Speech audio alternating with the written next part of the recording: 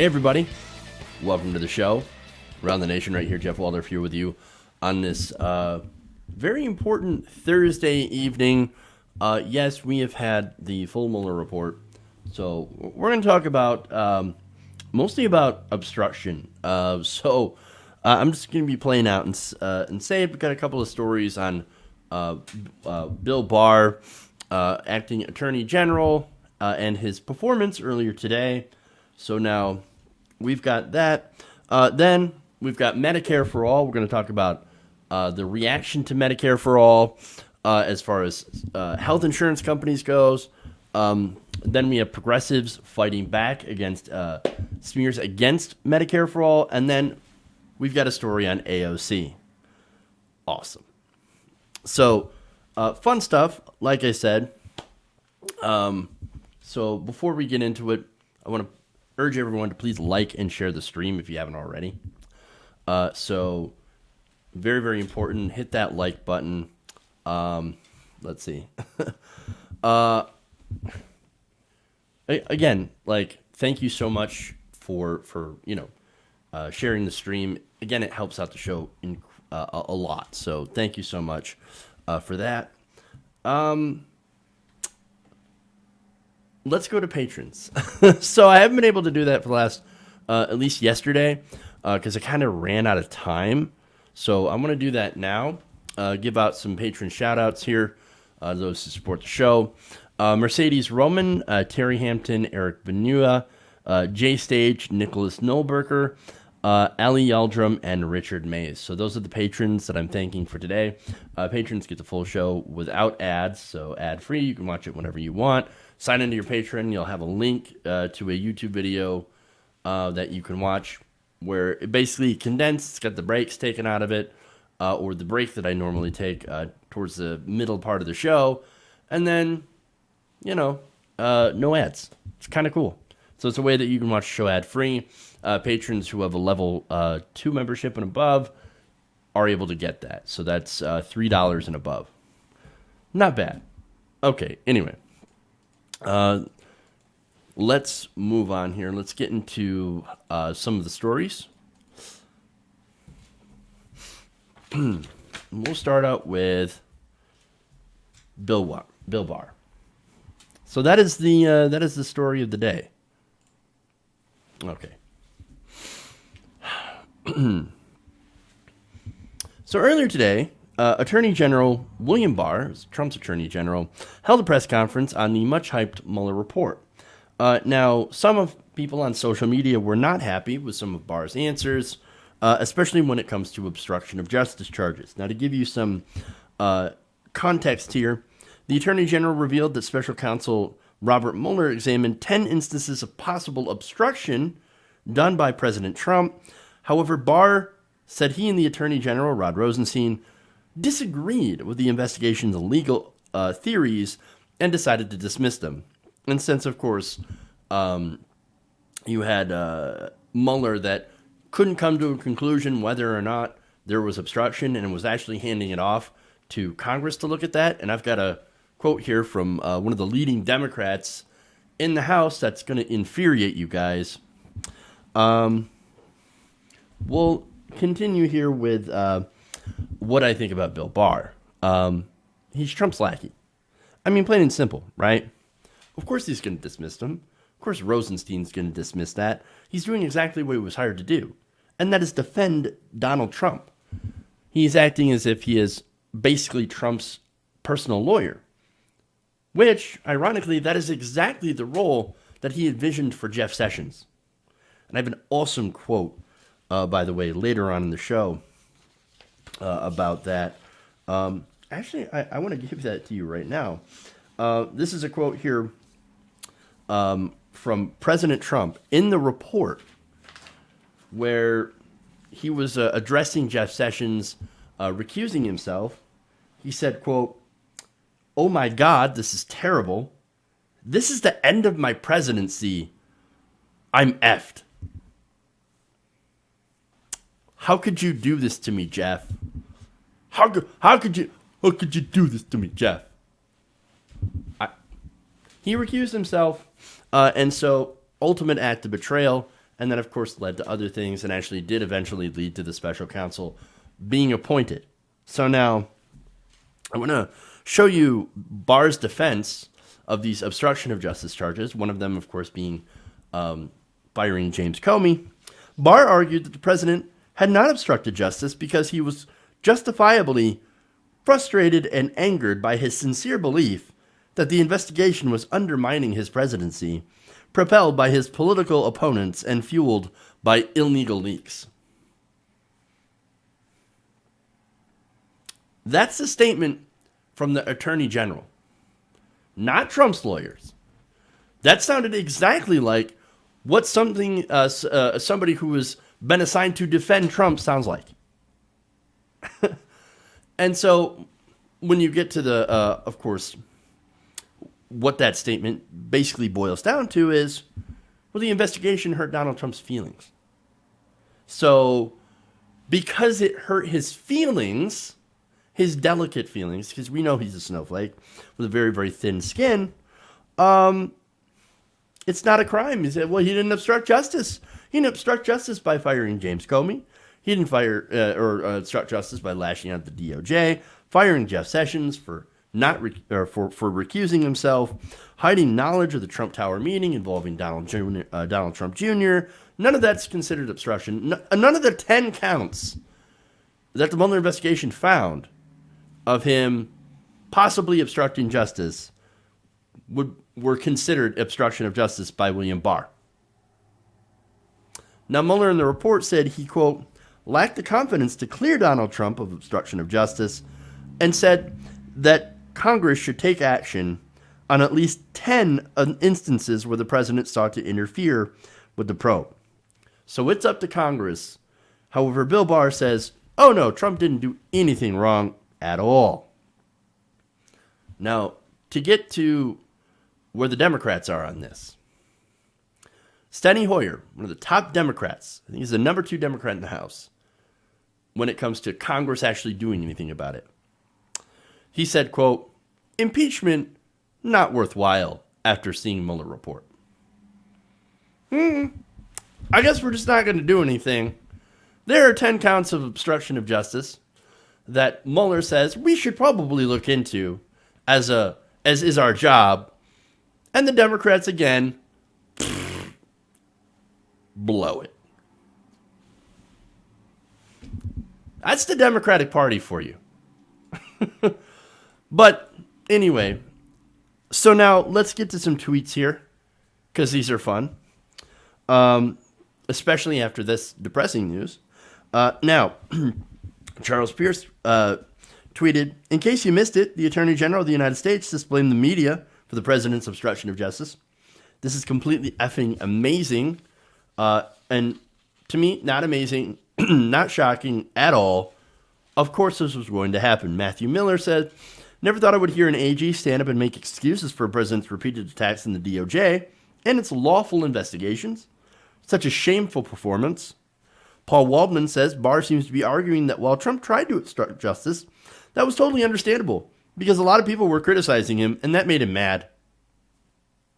Ken Tremendous says, I'll say this, Barr is easily the best press secretary Donald Trump has ever hired.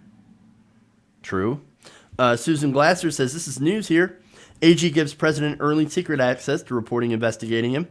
Denies co-equal branch of government such access. So Trump's lawyers were literally able to see the report first, which is pretty shady, considering how the president is now calling this a complete and total exoneration. But let's have our lawyers see it first, before anyone else can. Wait, that's an investigation into you. If there were an investigation into me and I wanted to see it before it was made public, I don't think that would happen. Just saying. Garrett M. Graff says Barr is embarrassing his office today. B-Boy Bubasi, that's a hard name to say, says Trump always wanted an attorney general who would protect him. He got one in William Barr.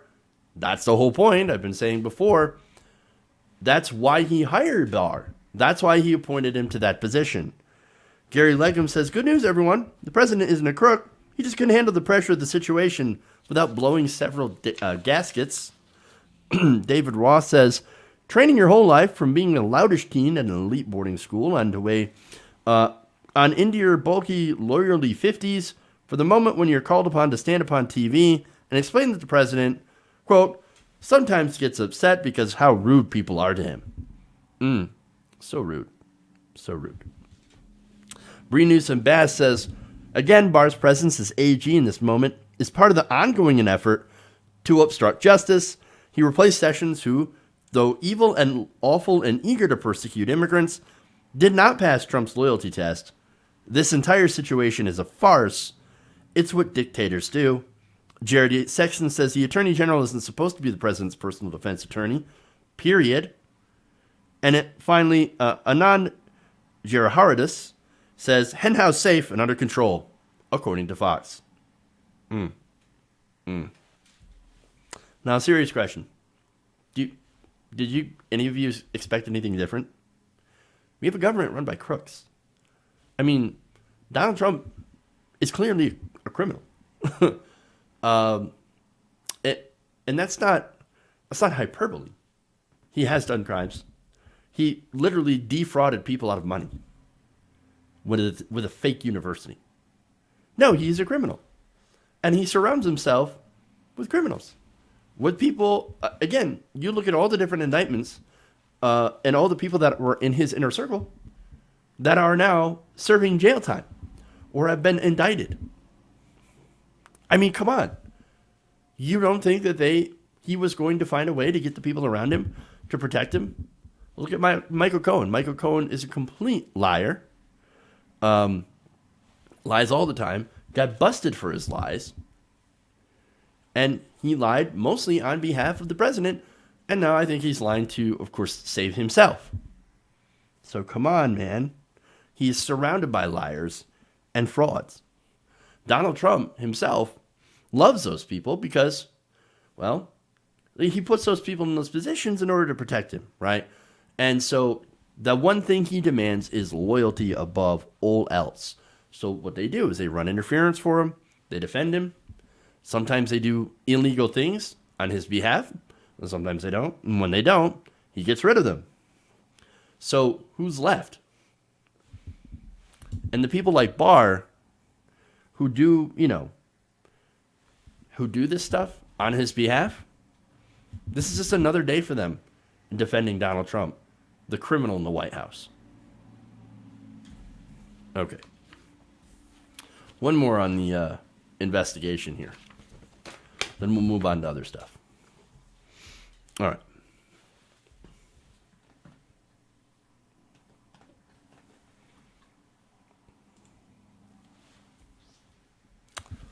So the Mueller report has been released. It's been, of course, heavily redacted. But nonetheless, it's out, and already we know that the investigation had found 10 possible different examples of corruption, of obstruction of justice.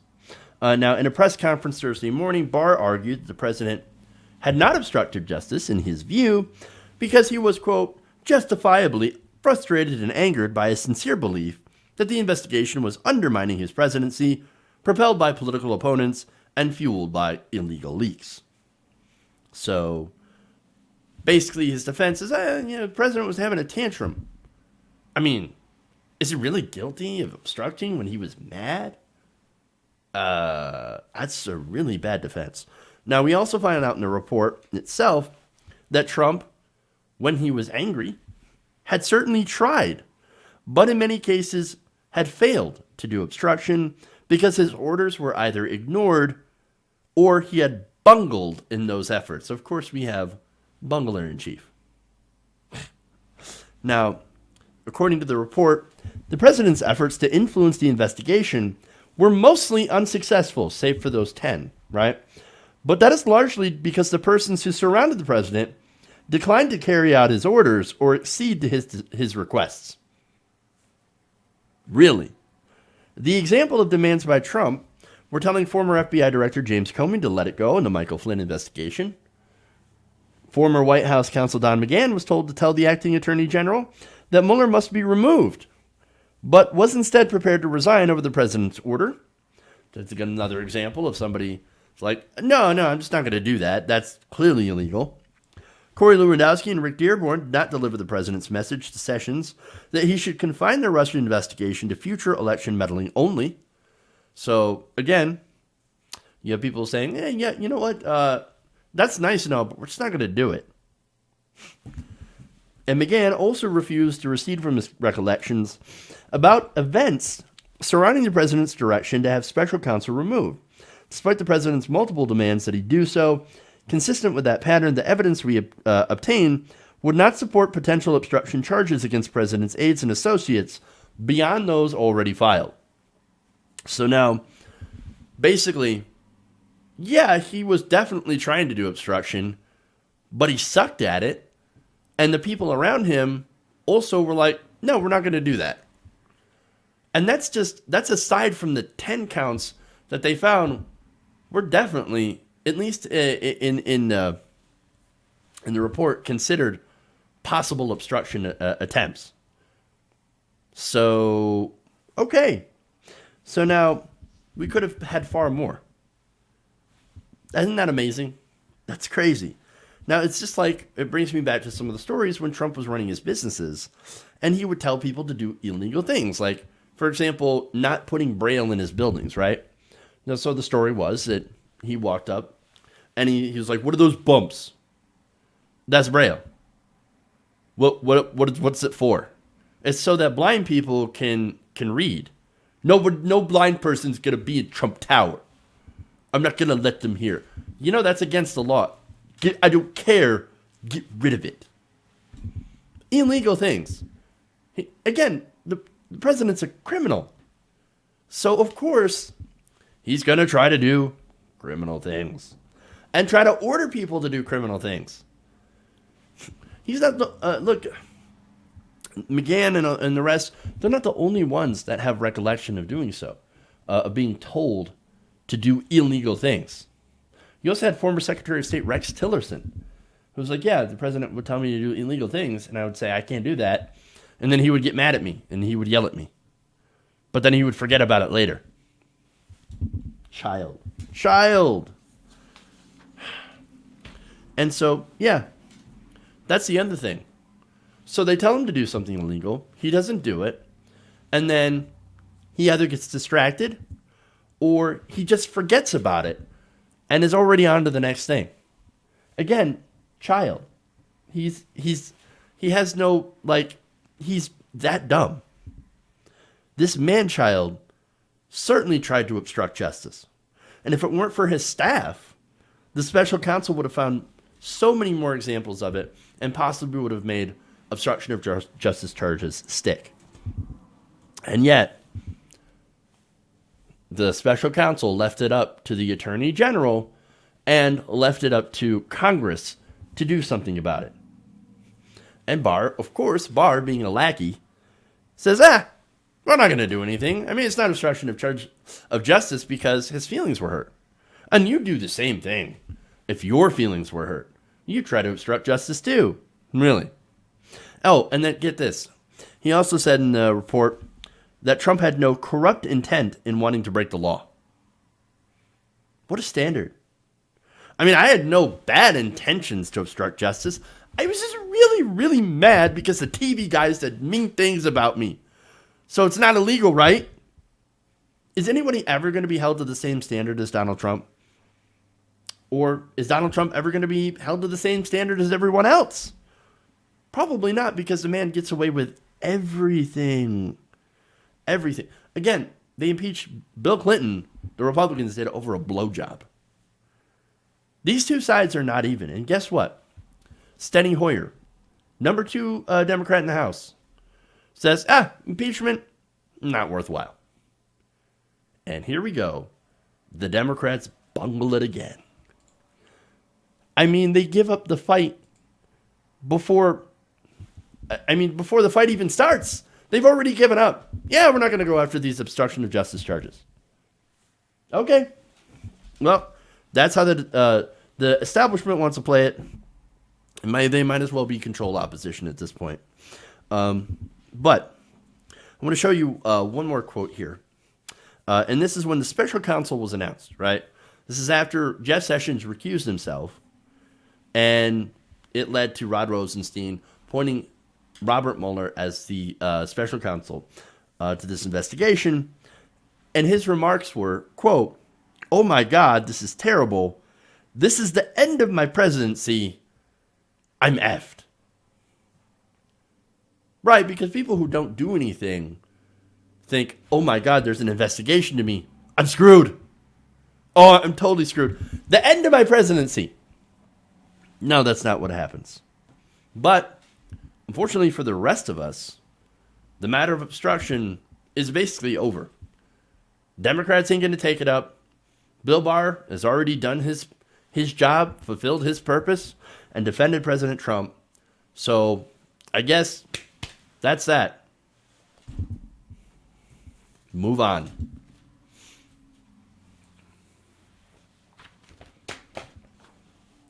Okay.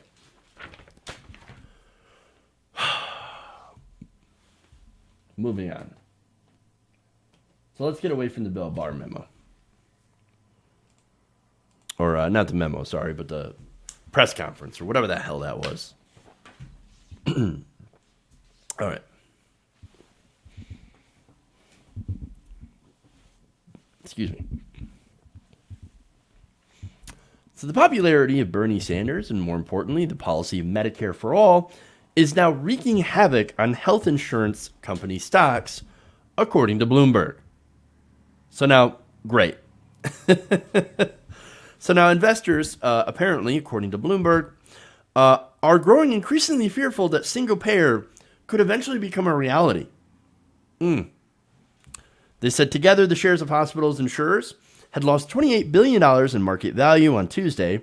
The slide in hospital and insurance stocks continued Wednesday, wiping out billions of dollars more in market value from some of the biggest health insurance companies in the U.S. Now, interestingly enough, they said they're the biggest health companies. No, let's be honest. Health insurance companies have nothing to do with health. Zero to do with health. They are a middleman. So let's be honest with that. But as far as them losing this, all this money in investment, let me get my tiny violin. The tiniest in the world. I know. Kev, what are you doing? You're actually making fun of companies for losing money. You're goddamn right. When it comes to health insurance companies, they're completely unnecessary. We don't need them. They're, in fact, a middleman with no purpose. We need a single-payer system. Now, upon hearing the news, Robert Reich. Now, that's somebody that I don't always agree with on with everything, but generally he's a good progressive. He argued that this is a great sign that Medicare for All is now considered real. Quote, current free fall in health insurance stocks, Anthem United Health, Centene, Humana, marks beginning of end for-profit health insurance business model of seeking healthy people and avoiding sick people. This is him tweeting that out. And to that I say, yes. Yes. Yes, yes, yes. So they are shook to the core about what this means. Now, Medicare for All would, for all intents and purposes, destroy the health insurance industry by making it illegal for private insurance to cover anything that Medicare for All would. So now, health insurance companies could still exist under a Medicare for All system, but they wouldn't be allowed to cover anything outside of elective surgeries, right? And so things like plastic surgeries, etc., anything that's not covered by Medicare for All, by our single-payer plan. Okay. Hey, that's fair. So that's great. People get to keep their doctor. They avoid paying copays and deductibles. And they'll actually be able to do it cheaper because Medicare has such a small overhead as it is. What you're doing is you're taking the existing system and you're expanding it out to everybody. And so it has that same low overhead, which is much, much, much less than the overhead and bloat that you have inside of for-profit health insurance companies. Again, you have executive bonuses, you have advertising costs, etc., right? And a fiduciary responsibility to keep prices high in order to attract investors as well as compensate the board, right? So now, National Nurses United had tweeted this. Insurance industry stocks dropping as the Medicare for All movement heats up. We've got some serious people power on our hands. And it's true because the majority of the American people, 70%, want a single-payer system.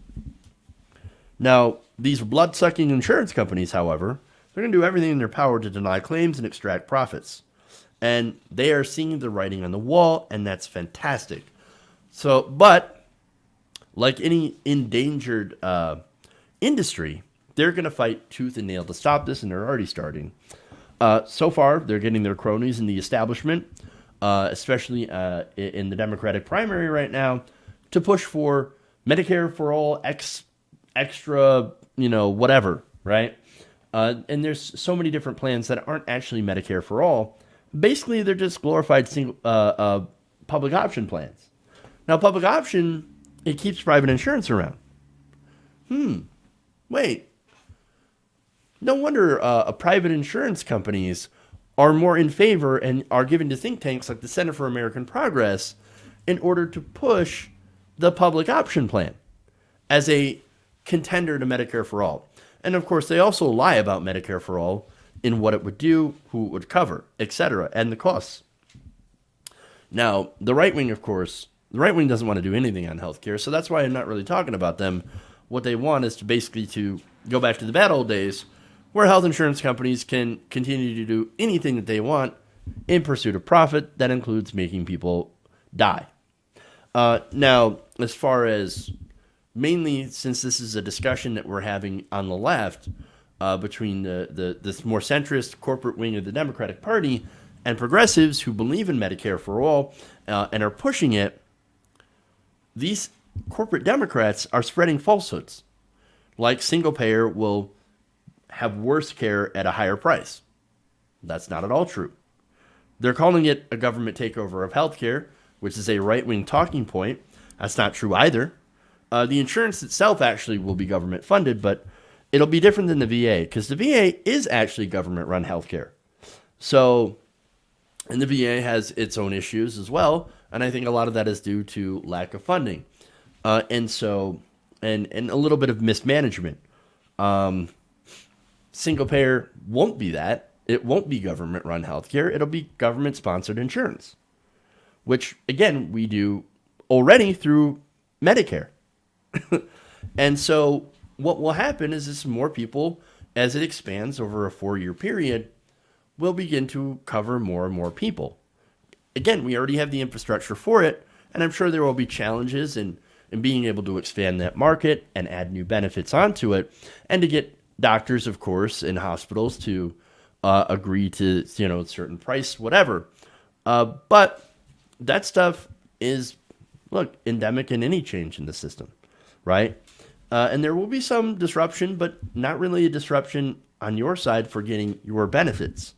Now, the other thing that they talk about is, if you get rid of private insurance, what happens to all those jobs in private insurance? Okay, well, some people will lose work, right? People who mainly deal in private insurance billing and collections, etc., right? But the Sanders bill, I think, and the Jayapal bill, make sure that they help transition people into different careers coming from the insurance industry. We're not leaving those people alone. This is not like, too bad, so sad, you're losing your job, and that's it, we're not going to help you. No, we are going to help you, and we're going to make sure that we find you an equivalent job to what you have. And so the other thing, and we've heard this for quite some time, is that, you know what? It's going to take away healthcare for people in the transition. Wait, what? Yes, that's actually coming from Democrats that are saying this. Chelsea Clinton had said this back in 2016. Medicare for all means you're going to lose your insurance. But it's going to be replaced with something else, with something that's better and cheaper. It's also going to raise your taxes, but then you won't have to pay premiums, copays, or deductibles. So it's also a net savings. So that's all the stuff, right? That they're pulling out every single trick in the book to basically stop us from putting an end to the gravy train. And as you can see right now from the stocks and how they've reacted to the news for from Medicare for All and Bernie Sanders explaining to 2.5 million people how it would work and how it would be a better system, expect the attacks to continue. Because right now, the health insurance companies are shook. Okay. So we've got more Medicare for All news coming up after the break, including an insurance CEO goes after Medicare for All. We'll talk about that. And there's some AOC drama going on with an invite to Kentucky. So I'm going to present that story. That's going to be a lot of fun. Leave your comments. I'm going to answer some, as well as your super chats. I've got those to read as well after the break. So stay right here. Please like and share the stream. We'll be right back. Around the nation.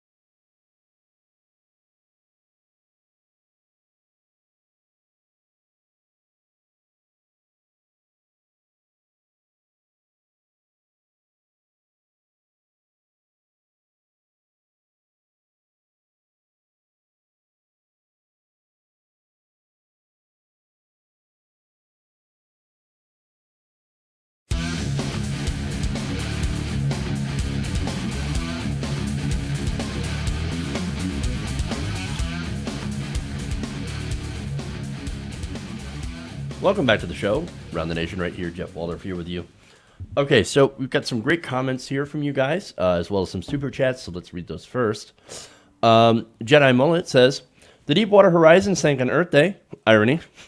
We don't need to drill oil in the Gulf. We can make all the biofuel we need from ocean kelp. I did not know that. Yeah. I mean, there's lots of alternative energies that we can do that are much better than oil, coal, natural gas, etc. Only problem is we got to have the political will to do it. LL says, is Trump so swayed by personal anger that it gets in the way of his judgment, then he is wholly unfit to be president? Can't have it both ways. LL, that's a great point. 25th Amendment, anybody? Anybody who's so emotional that they can't handle the stress and rigors of the presidency, that they lash out and do obstruction of justice when it comes to important investigations, yeah, has no right being president. That's an excellent point. Oh, and funny enough, it was John Irola made that point of, well, I guess this eliminates, or I'm sorry, I guess this blows the argument that women are too emotional to be in politics out of the water. And I think that's a great point. And I was trying to paraphrase that. Valerie Valois says, neutrons are made up of two quarks, an up quark and a down quark. They convert any attempt at pulling them apart into replicating two more. Take my money. I'm not sure if that's... I mean, that's some interesting physics stuff, if that's true. I'll take your word for it. And Jedi Mullet again says, if the insurance companies are worried about their stocks, they should just buy insurance that denies their claims when they go under. Well done on that one. You guys are great. Okay. I have some also some YouTube comments here from members. The Siroth says, Barr is 100% right. The word collusion is not in the report. So now that's also important, right? This is why I've been focusing on obstruction of justice, right? So now the whole thing is, and why so many people put their eggs in the Mueller basket is, oh, it's collusion. He's working with the Russians.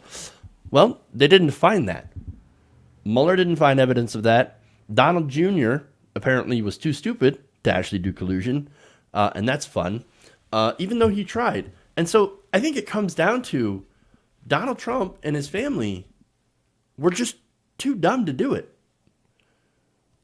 They're not sophisticated enough to come up with a conspiracy to collude with the Russians, right? And the other thing, too, that I think was really important, the Barr takeaway, that I actually do agree with, is that part of their case hinged on WikiLeaks, right? So now WikiLeaks did the data dump or the email dump from Hillary Clinton, right? So now one of the charges for collusion is that, well, I mean, you know, the Trump campaign was colluding with WikiLeaks, who had the emails that were stolen by the Russians. So now what Barr concluded and what Mueller concluded is that, hey, look, you can't go after WikiLeaks. It's not collusion if you go after, like, okay, so it's not collusion. Even if you colluded with WikiLeaks, it wouldn't be illegal because WikiLeaks isn't the one that stole the emails.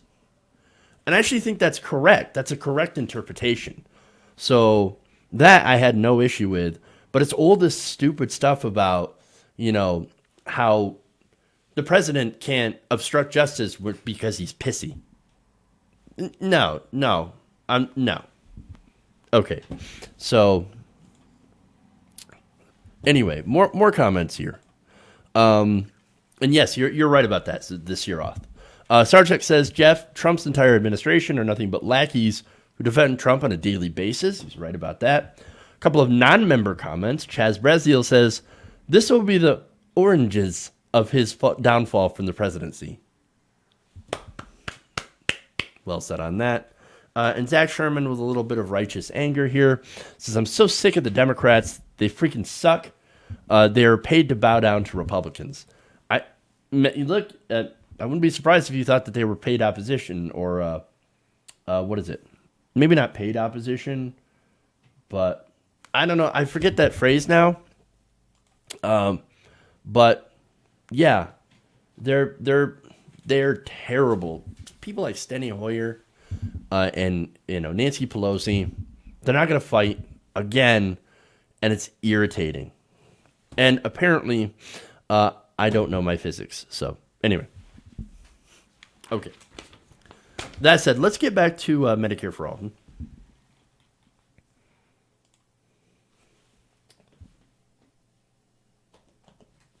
I want to thank you guys for the comments as well, and thank you guys for the super chats.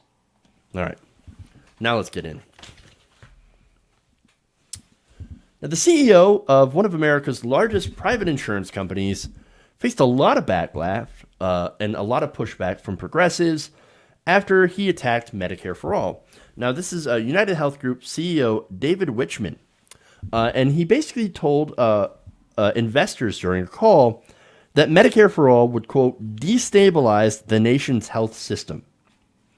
He said, and the inherent cost burden would surely have a severe impact on the economy and jobs, all without fundamentally increasing access to care. Now, what part of Medicare for All do you not understand? Do you not get? That means everybody gets it.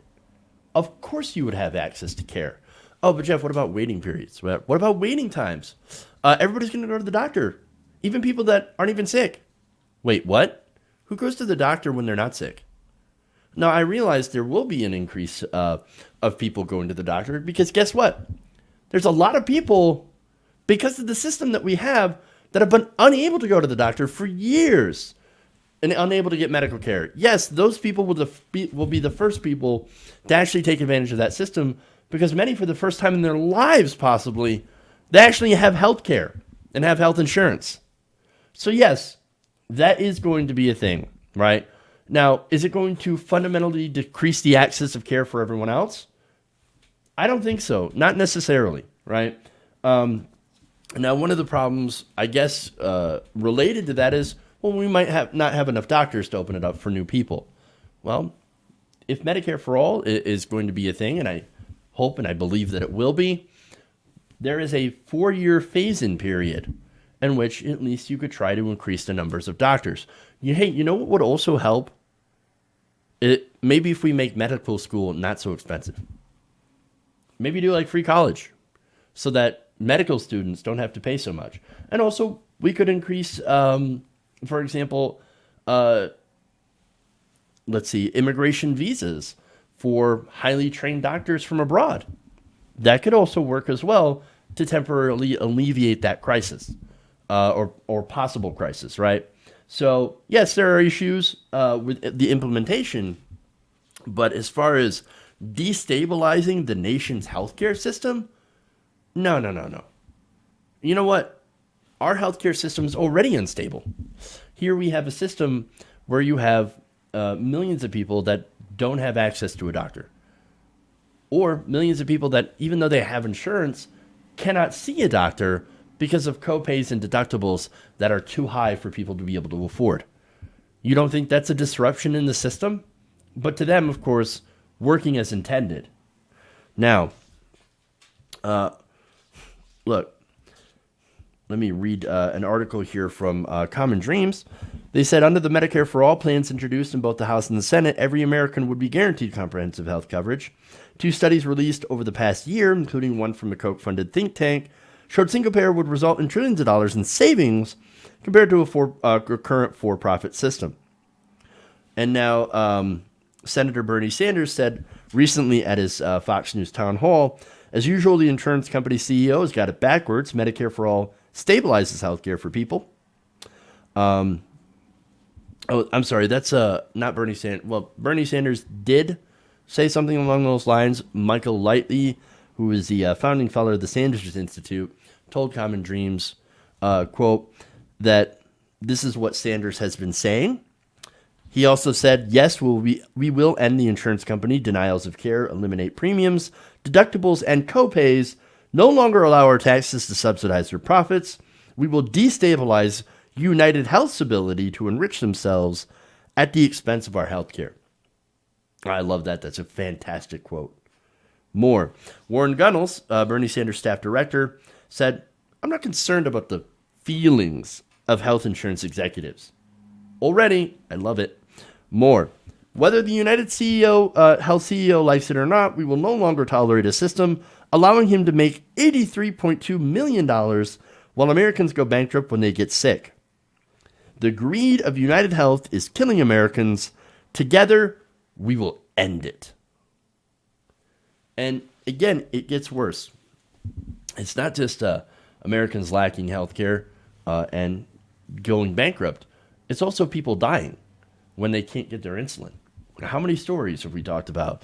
How many times have I had to reference people that end up having to ration their insulin because they cannot afford the price of that drug, of a life-saving, necessary drug?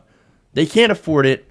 Sometimes they do fundraisers, barely make enough, and sometimes when the fundraiser doesn't do well enough, they die. That's the reality of the American healthcare system. That's why it's got to go. It's completely barbaric and immoral. And so there's one more here, quote. If by destabilize he means disrupt, this is AOC tweeting this.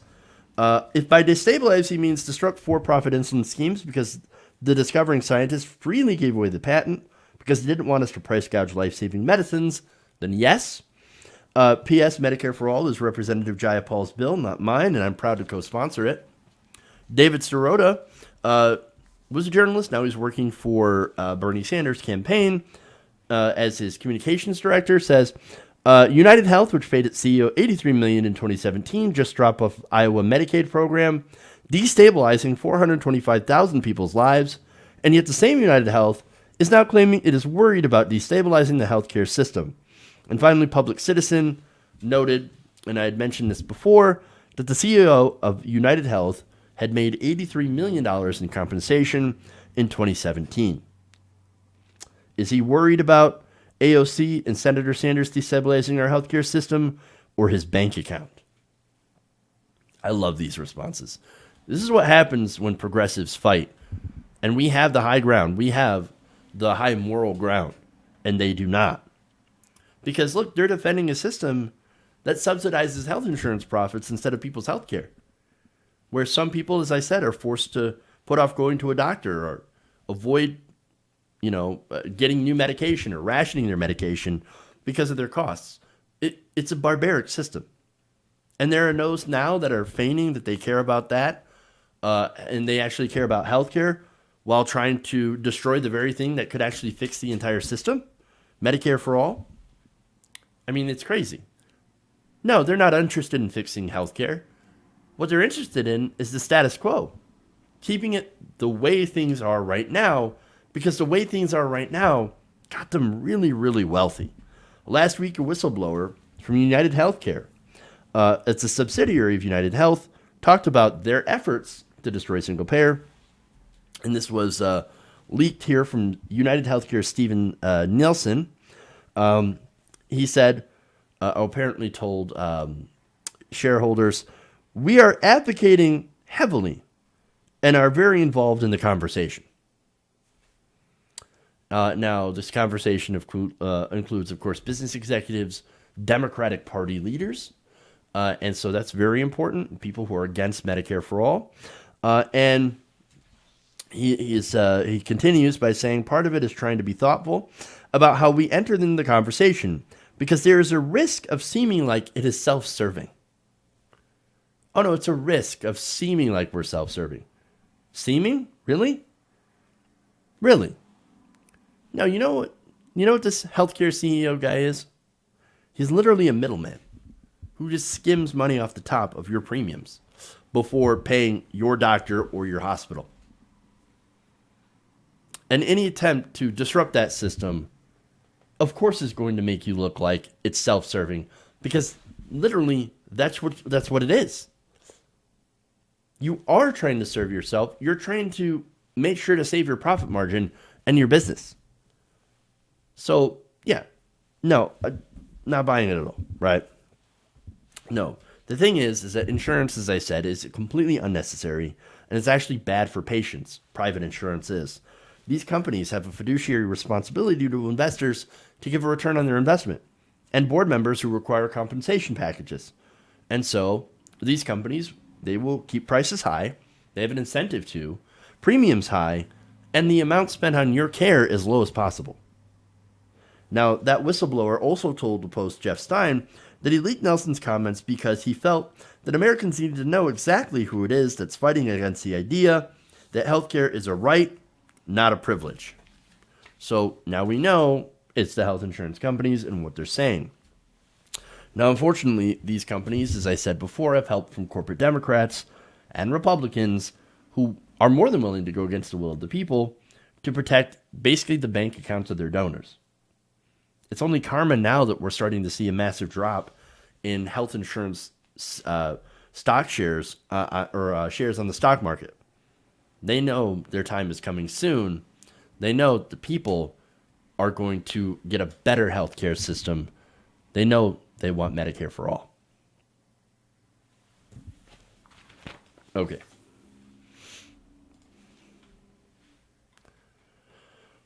One more story. AOC.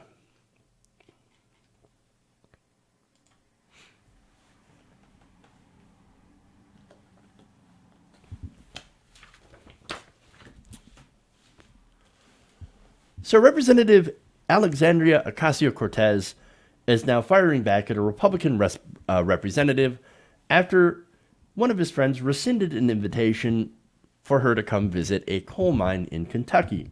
So now this is a bit of an interesting story, a little bit of context here, or a lot of context that is needed, but originally Representative Andy Barr had invited AOC out to have her speak with coal miners after she, of course, came out on record and said, yes, I believe in the Green New Deal. In fact, I introduced a Green New Deal. I think it's going to be better for our environment, and it's going to be better for, workers, etc.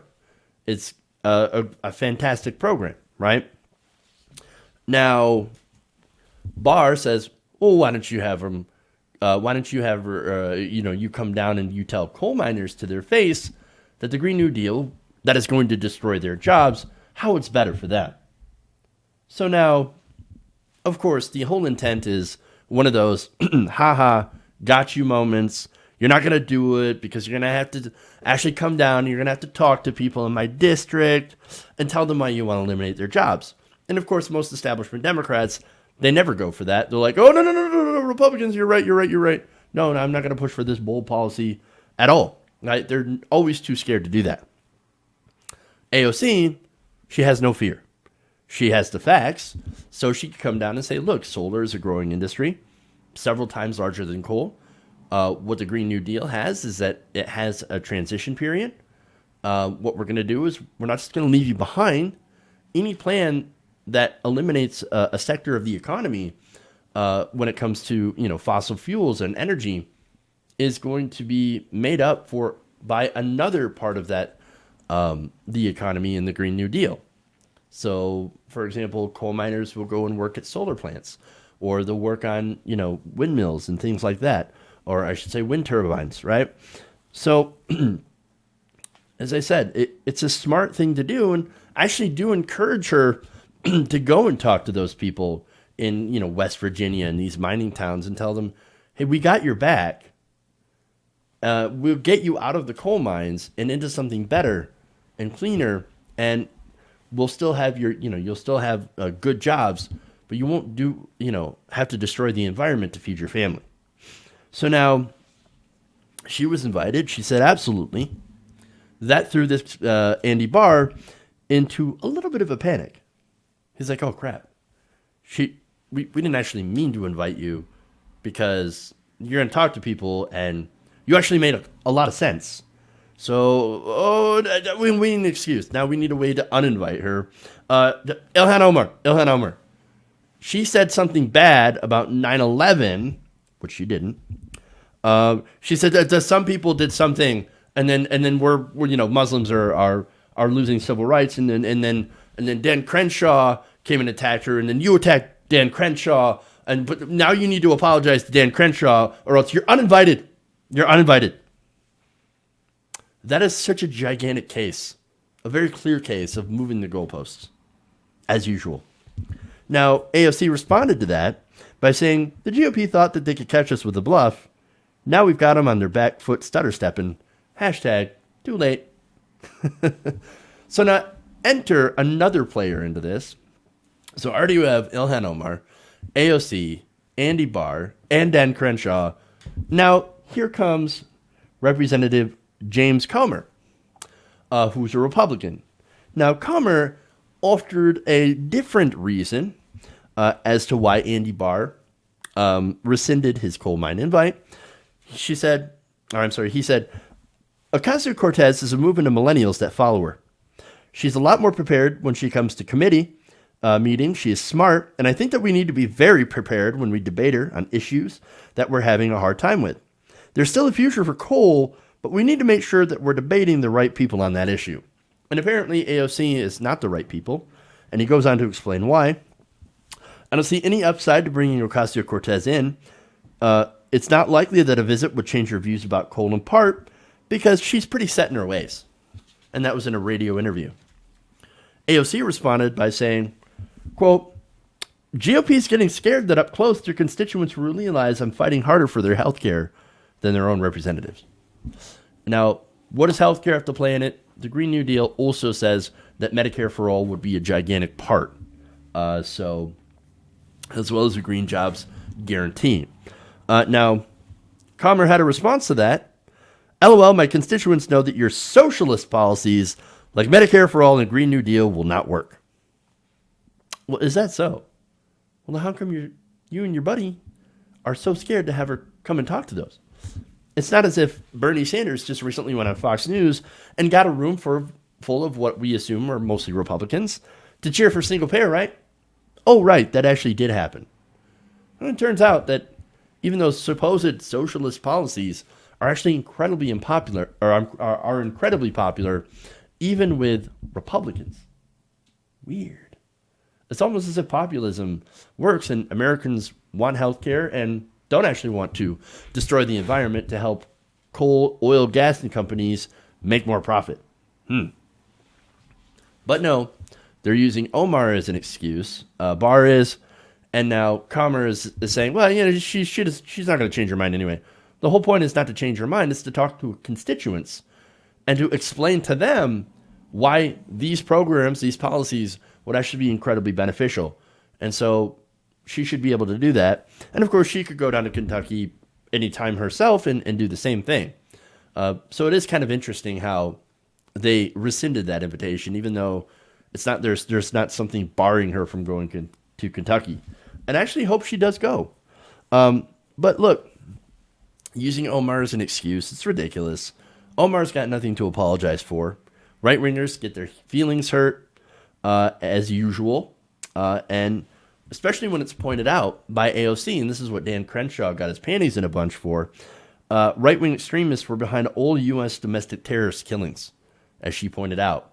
Maybe Republicans should help do something about that instead of go after Ilhan Omar. And not only that, but Republicans don't even care about giving health care to 9/11 first responders. That's also a clapback that she made. You want to talk about hypocrisy, right?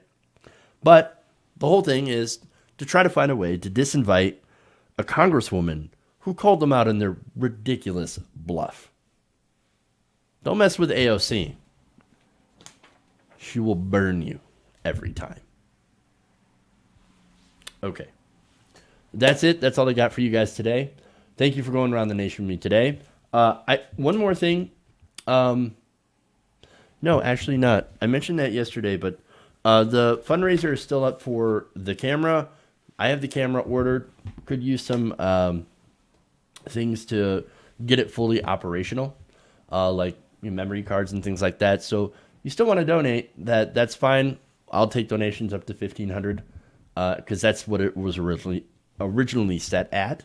So, GoFundMe.com/TYTNationCamera. Or if you just want to donate for it via Super Chat, which I have one to read here from Valerie Valois, says, scientists have created a sperm cell from female skin. That's fascinating. Science, man. Hashtag science. All right. Thank you for that. We're learning all sorts of stuff on this live stream. So that's what we do here. We learn things. All right, guys.